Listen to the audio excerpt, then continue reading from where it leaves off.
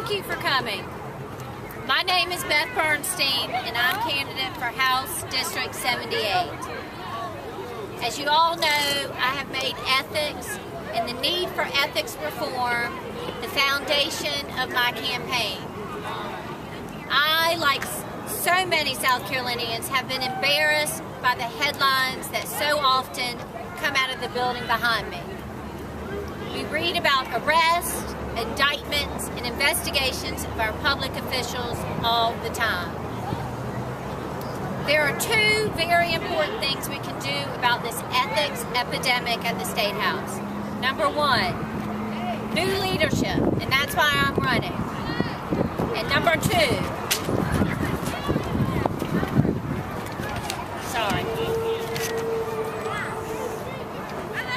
tougher ethics laws. We have some of the most lax ethics laws in our country, and that is why our state is ranked as one of the most corrupt states in the country. And that is why I've called you here today. And that's why I'm standing here with my good friend James Smith, one of the few leaders at the State House who was talking about ethics before it was politically expedient to do so.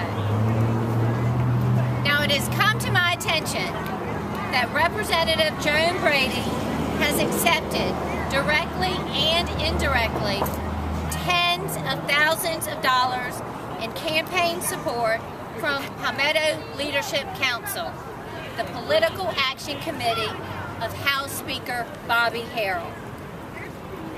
Earlier this year, Speaker Harrell's PAC contributed $1,000 to Representative Brady's campaign.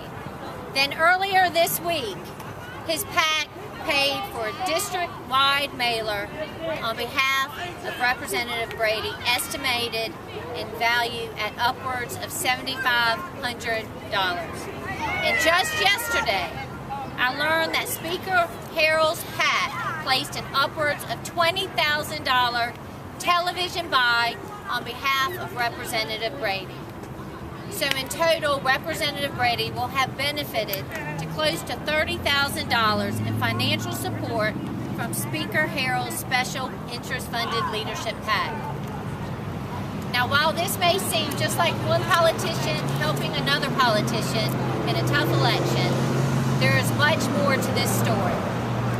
As you may well know, Representative Brady is a member and secretary of the 6-member House Ethics Committee. And it has been widely reported in the media that government watchdog groups will file ethics complaints with the House Ethics Committee against Speaker Harrell, alleging ethics violations pertaining to his campaign spending. Now, I'm not here today to cast judgment on whether those accusations against Speaker Harrell are legitimate or not. However, I would like to shine light on the glaring conflict of interest those actions present. As a member of the House Ethics Committee, Representative Brady would no doubt be charged with investigating and being one of merely 6 votes that decides the fate of Speaker Harrell, her largest campaign contributor. This is the fox guarding the hen house, and one big game of you scratch my back, I'll scratch yours. It is wrong, and such inappropriate conduct should not be legal. I'm here today to call on Representative Brady to ask Speaker Harrell to withdraw his financial support, and by doing so, completely eliminating any appearance of impropriety by participating in the glaring conflict of interest. It is so important that our elected officials demonstrate through their actions that honesty and integrity actually matter. Last month, I proposed a 7-point ethics reform package with one aspect involving the elimination of the partisan Do-Nothing House Ethics Committee, a committee which legislators police other legislators in private. Representative Brady does not support eliminating this committee, and the idea of giving the authority to an independent commission, as I do.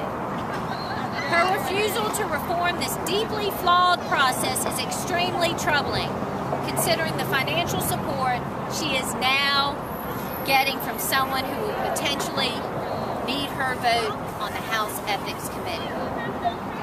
Representative Brady has been in the legislature for almost a decade, and not once has she proposed any reforms to our ethics laws.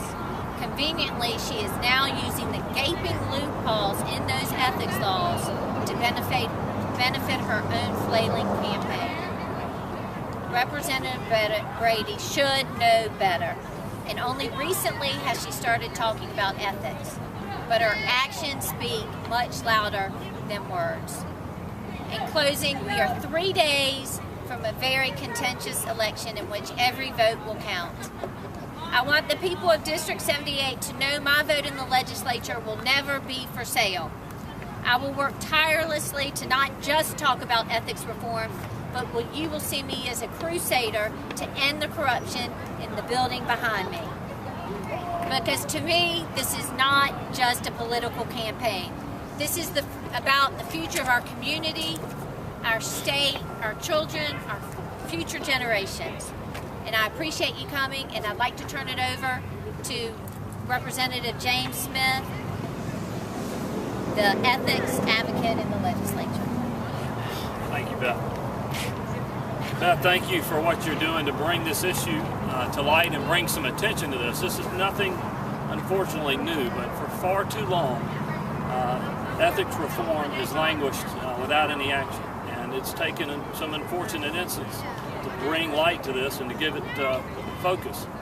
But 8-9 years ago, we were introducing legislation to eliminate the House and Senate Ethics Committees, or at a bare minimum to give some sort of parity to it. But it's clear, given what occurred during the investigation of the governor, that it just simply failed to operate as it should. And I think the bottom line here, and absolutely in everything we do, it must bring about greater confidence in the institutions that we serve. And by not making these changes, I think it continues to rather undermine that, and undermine public confidence in the legislature and how we operate. So I thank you, Beth, for bringing this to the public's attention today, and bringing this to the attention particularly of voters in District 78. Certainly they care deeply about their government and its ethical operations. And so, appreciate you. Thank you. Thank you. Any questions? Yeah, I know that the Speaker's PAC has donated to just about every Republican. I think including the other Republicans on that ethics committee. Do you think, are you calling for him to withdraw all of his support from those lawmakers as well? For other members on the House Ethics Committee, of course. Yes, that would be appropriate. But if he's given to all Republicans, I mean, you think he should withdraw just from them just because they're on that committee? Absolutely. And Adam, I think the other point here, although it's not necessarily addressed here, is the leadership PACs is an issue. I think are a concern amongst people in our state who feel like it's an unhealthy influence of money in the process, focused on largely political patronage, and that's been a concern of mine for some time. I think that needs to be addressed as well. Right. But isn't this just Republicans helping Republicans, or Democrats helping Democrats? I mean, yeah.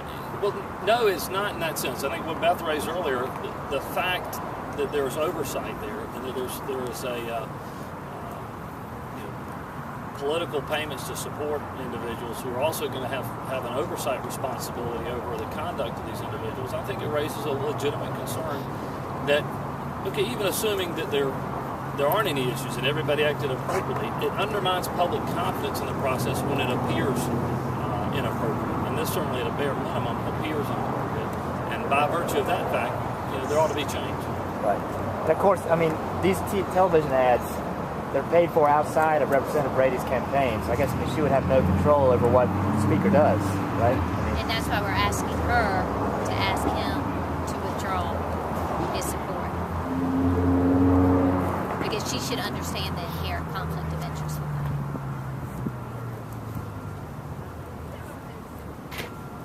How much of a priority, when the legislative session starts, will getting rid of leadership PACs entirely be?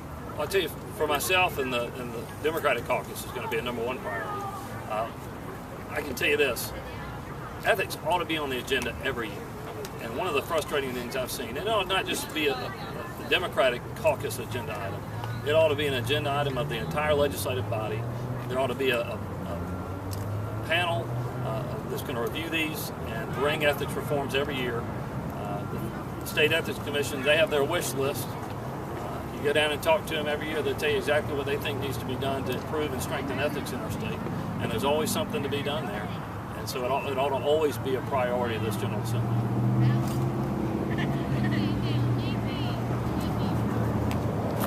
Thank you.